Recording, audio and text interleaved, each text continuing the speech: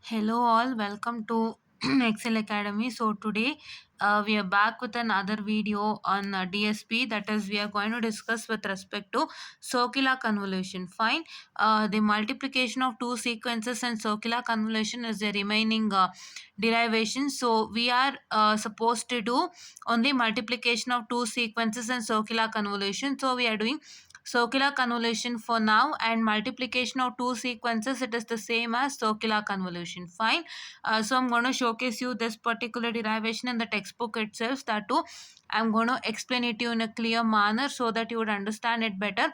And one more thing, I just showed you one problem stating that I would be doing it. That is the question paper problem. So please to understand that problem, you have one question, one sub question wherein that sub question is completely based on Parseval's theorem, so wherein you don't have in a syllabus, and some of the other theorems it is present, that is sub questions are related to the other theorems which is not there for you. So that is why try to just practice only on the remaining point. Fine. Try to just practice only on remaining points, and what I can say, try to just practice based on that x of 0 and x of 3, those things try to practice on that. So we are going to make a separate session on that in the upcoming classes. I just told you that we couldn't do a part of that problem because this I'm sorry, the sub questions are related to the some of the other theorems wherein which you don't have for your syllabus as well as your exam. So that is why we are going to do a half part of it. That is, remaining points are over, right? Remaining points we did one problem.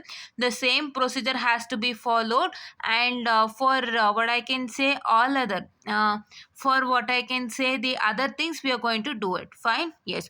So now according to your circular convolution, so what it is stating that if your x1 of n is equal to x1 of k, that is your x1 of n DFT is x1 of k, and x2 of n DFT is x2 of k, then you're supposed to prove that x1 of n circular convolution. So this one, what I can say, this particular thing is my circular convolution of x2 of n. This is circular convolution.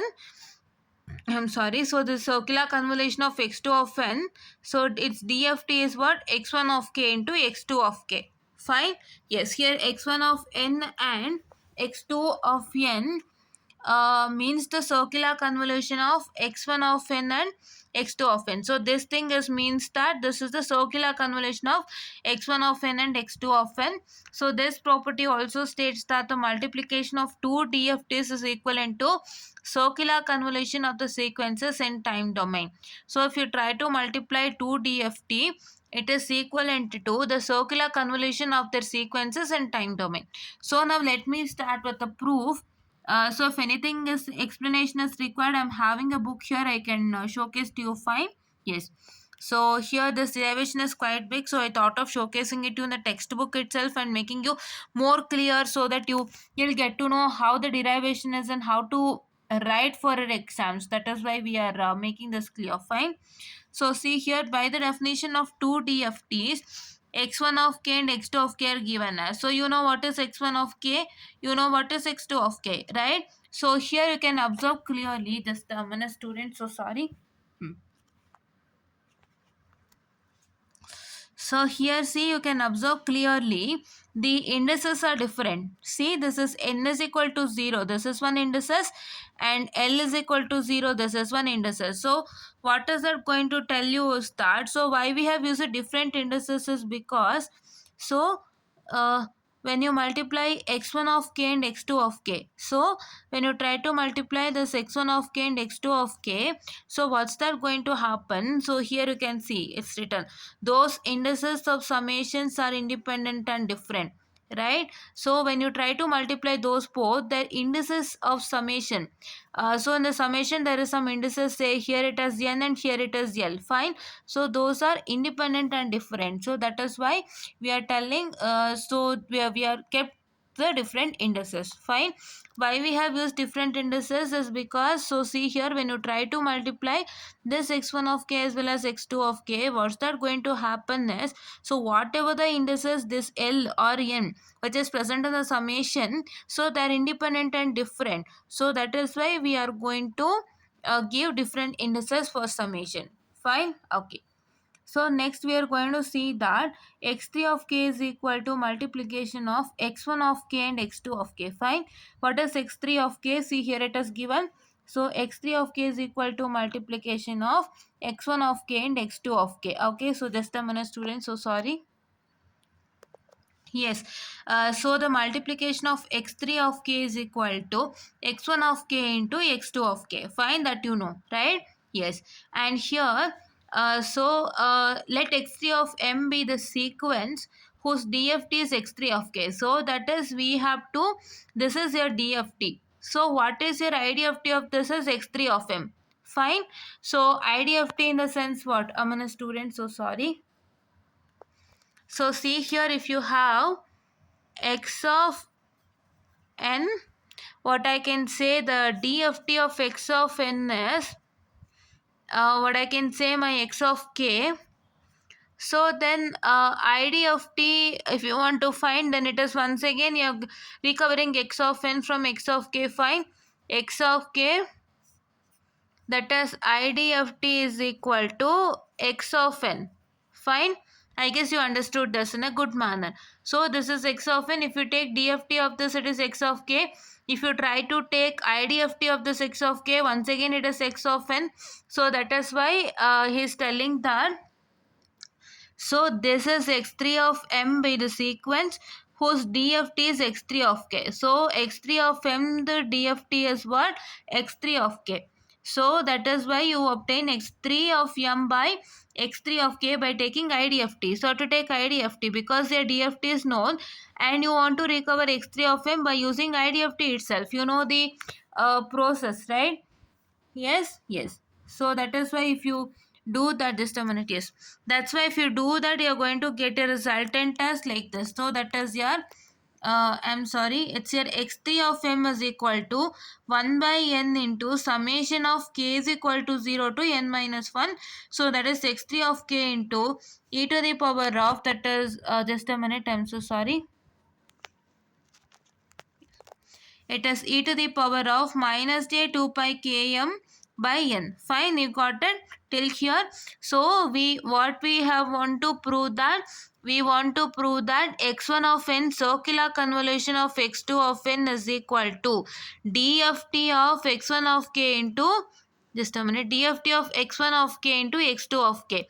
Fine. So that is, which means that what we are telling that if you multiply two DFTs, so these are all x1 of k and x2 of k, that is two DFTs. If you try to multiply, then your resultant will be what? Then your resultant will be the circular convolution of their sequences in the time domain, right? The sequences is this, x1 of n is one sequence, x2 of n is one sequence. So it is circular convolution of these two sequences in time domain. Fine. So that is why we took x1 of k and x2 of k, and then what? And then a minute, yes. And then what? We took x1 of k and x2 of k and then we just multiplied x3 of k is equal to x1 of k into x2 of k, we have told. And here there are separate indices, because when you multiply x1 of k and x2 of k, so whatever the indices, that is L or N, that is present in the summation, they'll become different and independent. That is why. Fine. And here we are also telling that your x3 of m is the sequence whose DFT is x3 of k, that is x3 of m's DFT is x3 of k. So now what? Now what is that going to happen is, we know what is x3 of k, x1 of k into x2 of k, but we don't know what? We don't know x3 of m at all, right? So that is why if you want to find x3 of m, what is supposed to go to IDFT methodology. So that is, this is what is the IDFT methodology. Now we have used index m for x3 to make it different from x1 and x2. Yeah, that you're supposed to do. Fine. So now putting for x3 of k in the above equation. So now you know what is x3 of k, that is x1 of k into x2 of k, that we have substituted over here. I guess you got it in a clear manner. Fine. Yes. So that is, here we are using index m for x3. We are not taking x3 of n here. We can take it, but we are making it different as x1 of n and I'm sorry, as x1 of n and x2 of n. So therefore we are trying to what? Therefore we are trying to, what I can say, put x3 of m. Okay. Yes. And here you can see that. So we have substituted x1 of k into x2 of k, because x3 of k is that which we have written over here. And then here, what is this is that we know what is x1 of k and x2 of k, that has been given over here. So that has been given over here. So this thing is supposed to substitute. So we substituted this thing over here. So wherein we got like this. So this was kept separate, and here x1 of k was this, x2 of k was this. We just try to substitute, and then we have got this 1 by n into k is equal to 0 to n minus 1. That is this one over here. Fine, just a minute. Okay, so now here next thing what I'm supposed to do is that, so you can see all the three summations are different indices. So this is L indices, this is N indices, and K indices. Fine. So that is why they are independent. So rearrange, if you try to rearrange the above equation, so how to rearrange is that, so here you can see that we are going to take common here. Fine. What common? So this is e to the power of minus j 2 pi k n by n. This is e to the power of minus j 2 pi kl by n.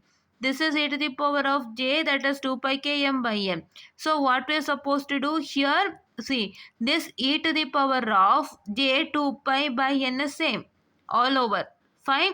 But here it is n, L and M is changing. So that is why what is supposed to do, we are going to keep the summations as it is. That is this summations as it is. That is, I'm going to write it over here. So we have got somewhat like this. Fine. 1 by n into summation of, that is k is equal to 0 to n minus 1. I'm going to write this, just a minute. Wait for a second.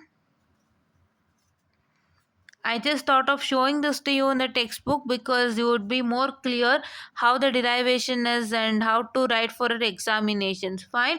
Because when we try to teach, we would write in our own ways.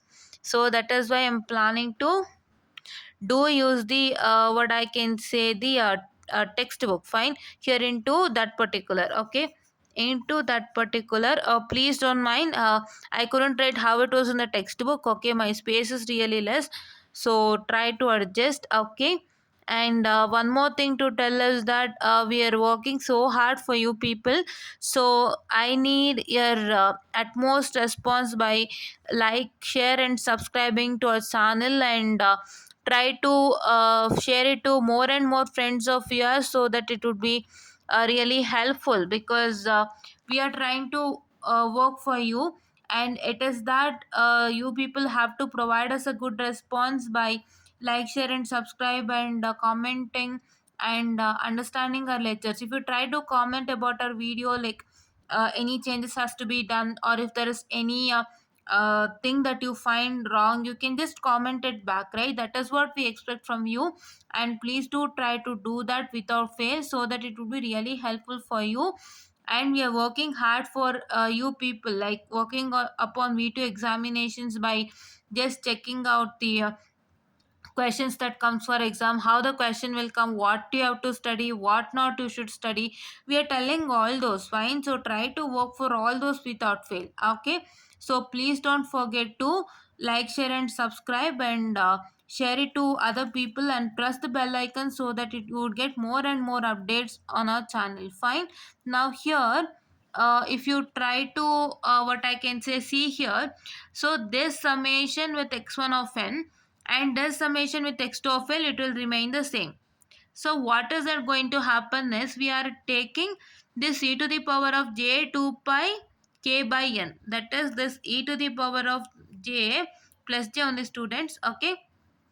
2 pi k by n is common from all the three. Here as well as here we are taking common, and what we are doing is that, So we are going to what I can say the put a bracket over here and write that is this particular in all this particular of all the three, that is here it is n, l and m. So first we are taking this m, and here we are separating minus n and minus l. Why m minus n minus l is because here it is e to the power of minus j, and here also it is e to the power of minus j, but here it is only plus j. That is why these two minus we are taking into consideration. If you take this minus into consideration, here this is not n, this is minus n. Here also this is minus l. That is why we are taking m minus n minus l. That is, we are keeping this as it is. We are not doing anything with respect to this. Okay, here also we are writing m, but for this m we are going to put a bracket and we are going to take minus l minus n, or minus n minus l, that we are doing. Okay, yes. So now if we do that, so we got this resultant. So see here we have taken 1 by n as it is, and this summation, as I told you, this summation with x1 of n and this summation with x2 of l is kept as it is. And here also you can see that, so this summation, that is n minus 1 to k is equal to 0, is getting multiplied to this particular. Fine, you understood? Nothing. Keep this thing and this thing as it is. No need of changing. First write 1 by n. Okay, and keep this thing and this thing as it is. Okay, and then try to what I can say, put a flower bracket and try to multiply this summation will get multiplied to here, and here you are going to write it as e to the power of plus j 2 pi k into m minus n minus l divided by n. That's all you're supposed to do. Fine, this one is like taking common from this and this. Here it is m, here it is l, and here it is n. All others are same. That is why we just took m minus n minus l by n. Fine, yes. So now here you can see we are considering the following standard relation. So this standard relation is a to the power of k, wherein it is n for a is equal to 1 and 1 by a to the power of n divided by 1 minus a for a is less than 1. Fine, that is not equal to 1, sorry. Okay, so here what is our a? Our a is this particular, right? Our a is this particular now. So now what you're supposed to do, you're going to take what I can say, this particular, which one? That is, you're considering this, you're constructing this particular like this. Fine. So see here, it is, he has told for a to the power of k, what is the resultant? Right? For summation of k is equal to 0 to n minus 1, a to the power of k, he is telling the resultant. But for what I can say, the this one, but for this particular, that is summation of k is equal to 0 to n minus 1 e to the power of j 2 pi k into m minus n minus l by n. For this we don't know what is the resultant, right? So that one we are going to find out. So if we try to find out, so if we consider that this m minus n minus l which is present there is a multiple of n, then your a becomes equal to 1. Fine, yes. So that is, we are trying to tell that for the first condition, if this is a multiple of 2n, 3n and n, then it is equal to n itself, right? Then it's equal to n itself. So if m minus n minus l is multiple of n, then your what I can say, your a is equal to 1. Right? Let us consider for the second condition. Just a minute, I'm so sorry. For the second condition, if a is not equal to 1, for the second condition, if a is not equal to 1, then what's that going to happen is that you're going to make use of this formula. Fine, you're going to make use of this formula. So that is why what I can say, when you make use of this formula, this a to the power of n is what? That is this particular. Fine, this particular 1 minus this particular, so whole divided by this a is this particular, whole divided by this particular. So here this particular thing is always 1, as we have discussed in many of the cases. So this is 1 minus 1 which is equal to 0, 0 by this whole thing is 0. So therefore you are supposed to what I can say, right, which is equal to 0. So now how did you get this? So this we have written in terms like this. So how he has written this particular according to that only he has written what I can say this particular. Fine. So this n is why, because you can see if your a is equal to 1 only, this n will come into existence. So we are telling that if your m minus n minus l is a multiple of this n, 2n and 3n, then a is equal to 1. So that is why you can directly write this as n. Fine, in the first condition. For the second condition, you will get it as 0. Fine. Here we are trying to prove for two of the conditions. So for the two of the conditions also we are trying to prove, and we are trying to get the resultant. Fine. Yes. So that we got it. And here you can see that, and here if you try to substitute for this particular, for you have to try to substitute only n, because this is 0. Fine. Try to substitute n in the place of what? N in the place of this. In the place of this you are supposed to substitute n. So we will substitute n over here, and wherein you get this resultant. How? This n and this n will get cancelled. Fine. Yes. And now we are telling that once again this m minus n minus l multiple of n can be written as is a multiple of n. So that is, we are going to take this m minus n minus l as a multiple of n, so that you are going to get it as pn, where rho I can say, where p is some integer, and here you can see that. So that is, since integer multiple can be positive or negative, we can write above equation for our convenience. So it might be positive or negative, so I can take here a p, that is integer value, in any of the thing, like in positive or negative. So we are going to take now it as what I can say, my this one, that is negative. So now if I take this as negative, so I would be getting as my L is equal to m minus n plus p, and we are doing this because we have L here and we are trying to substitute the value of L. That is why we are going to have this equation. We are telling that it's a multiple of n, that is pn. So where p is some integer, and as per our convenience, as your p is an integer and it is neither positive or negative, you know, right? Integer can be positive or negative. So we are going to take this as negative, and we are going to find out L from this. So L is found out, and we substituted the value of L here. Fine. Yes. And now from this you can see that this is a periodic sequence with period n. See, this x2 of m minus n plus pn represent its periodic sequence with period n. This periodic sequence is delayed by n samples. So this you know, right? We have already seen in the very first derivation. Fine. It's a periodic sequence with period n, and periodic sequence is delayed by n samples. Fine. Now you can also see that this x of m minus n plus pn represents sequence x2 of m, that is shifted circularly by n samples. See here, this is m minus n. So m minus n means what? It is shifted circularly.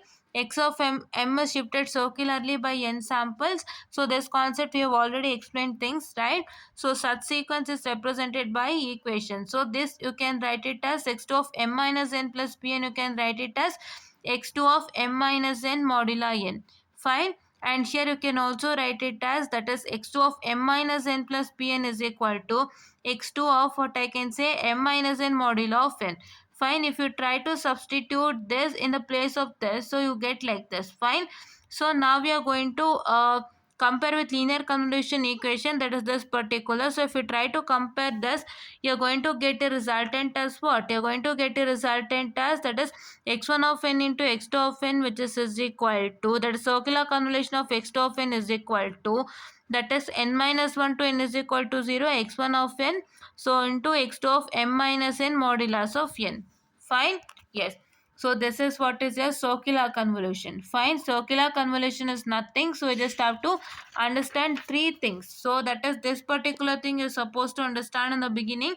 That is, this x1 of n, circular convolution of x2 of n is equal to, if you take this DFT, you're going to get it as x1 of k into x2 of k. Fine. Here we have to take x1 of k and x2 of k at the beginning, and then we are going to what I can say, use different indices, what I told you the reason before, and we are going to take x3 of k is equal to x1 of k into x2 of k, and now we are going to get the inverse discrete Fourier transform of x3 of k, that is x3 of m, wherein you get this resultant. Here you try to substitute x3 of k, that is x1 of k into x2 of k, then substitute x1 of k and x2 of k, and then you are going to take common like this. I told you how to take common from all the three, that is common from all the three is this a to the power of j 2 pi k by n, and the things different are, that is here it is n, here it is l, and here it is m. That one we are going to take it like this, and this summation with this x1 of n, this summation with this x2 of l is remaining the same. This summation you are going to multiply to this.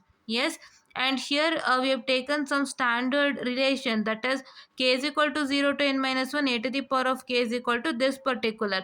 So here our a is what? Here our a is this particular. So for k is equal to 0 to n minus 1, for this particular, what is the resultant? We are going to find out. That is why we are checking with respect to what? We are checking with respect to these two.